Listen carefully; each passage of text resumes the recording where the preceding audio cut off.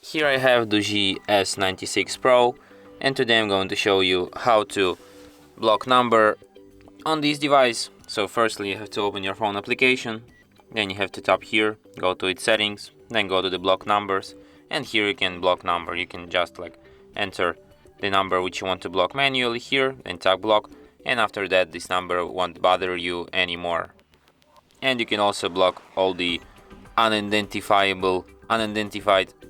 all numbers from the unidentified callers.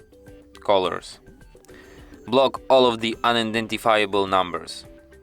That's how I am going to say it.